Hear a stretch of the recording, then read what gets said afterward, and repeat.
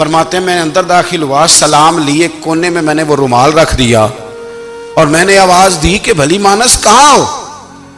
تو وہ کہنے لگی آپ منہ ہاتھ دھو لیں, میں روٹی لے کے آئی.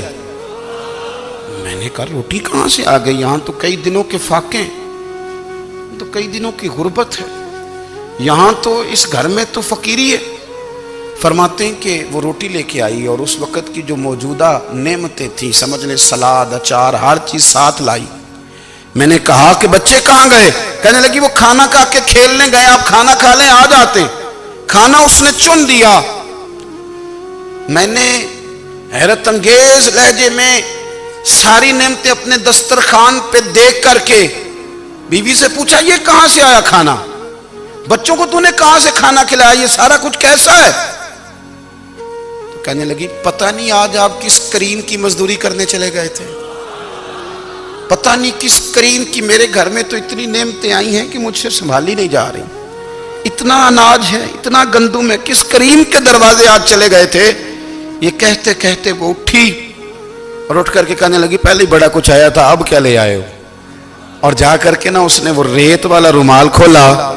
کہنے لگے میں تو لے کے آیا تھا ریت, تو میرے رب نے اسے بھی سونے اور ہیرے بنا دیا تھا.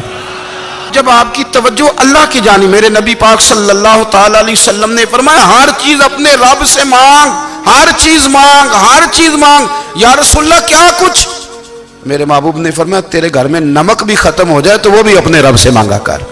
تو مانگنا, وہ تجھے دے گا, تو اس کی بارگاہ میں کشکول طلب دراز تو کرنا.